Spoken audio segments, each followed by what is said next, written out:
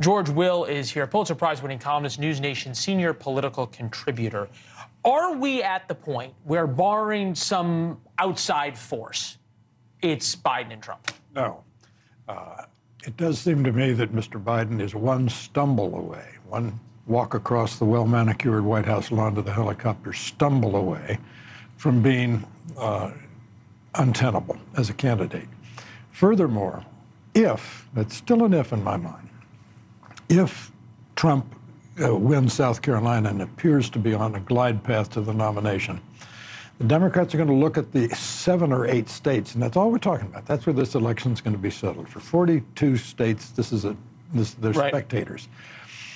If they see in all those that Trump is either ahead a little bit or behind within the margin of errors, I think they will say this is too risky and they'll find someone else. Now, I don't think it'll be Newsom. It seems to me they would have to have a woman at the top of the ticket, so Gritner, Whitmer, or someone like that. You and I have talked about Michelle Obama in the past as somebody who that would be possible. The name you did not say in this was Nikki Haley. Have you effectively written her off? Oh, certainly not. We will have a fun time on Saturday night. If she comes into the 40s and if Trump is in the 50s. So if she does better than she did in New Hampshire, suddenly we have a ball game. She did better in New Hampshire than she did in Iowa. If she does better in South Carolina than she did in New Hampshire, there's a long way to go. Until Trump has 1,215 delegates sewn up, the game is not over. So it could happen by mid-March.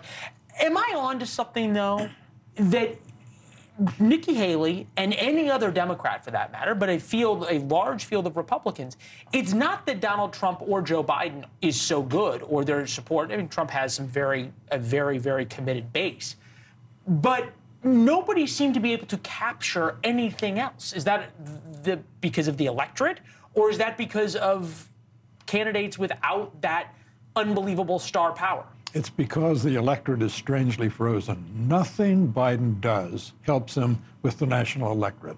Frankly, Leland, the economic numbers are really pretty good right now, and it doesn't help him at all. And nothing harms Trump with the nominating electorate, no matter what he does. Look, he did 4 things in South Carolina. I made a little note here. He goes into South Carolina, he attacks Haley's husband, makes fun of him for being off on a military deployment. Then he says he might invite NATO to do what it wants with the Baltic states or someone else if he's displeased. Then one of his most conspicuous worshipers, Tucker Carlson, goes to Moscow and makes a raving fool of himself, drooling over the bread and the carts in the supermarkets of Moscow. And then Navalny dies, and Mr. Trump can't find a syllable to say against his friend Putin.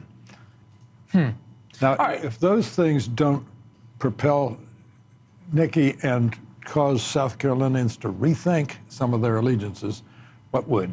Well, I would put that question back to you if that does not cause Republican voters in the rest of the Super Tuesday states, which is now 10 days away or 12 days away, to rethink their allegiance to Donald Trump. What would? Let's give them a chance.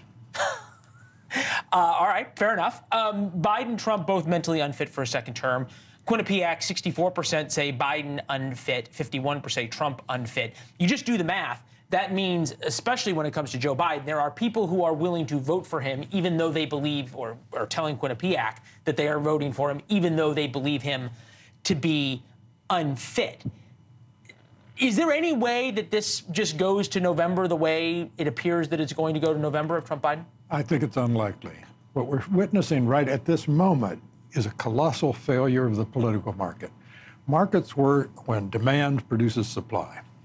Okay. There's a demand for a different kind of candidate on both parties, particularly in the Democratic Party, and the supply is not coming forward.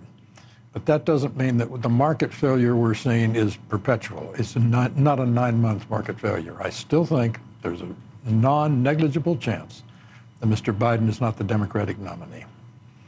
Fascinating. And in that case, look, what's interesting is Haley overwhelmingly beats Biden by double digits. Trump is within the margin of error a couple points nationally. And I think if we had if we polled it, and we have not so far, say a Michelle Obama against Donald Trump, Michelle Obama would whomp Donald Trump. Thanks for watching. Go to joinnn.com to find NewsNation on your television provider. And don't forget to click the red subscribe button below to get more of NewsNation's fact-driven, unbiased coverage.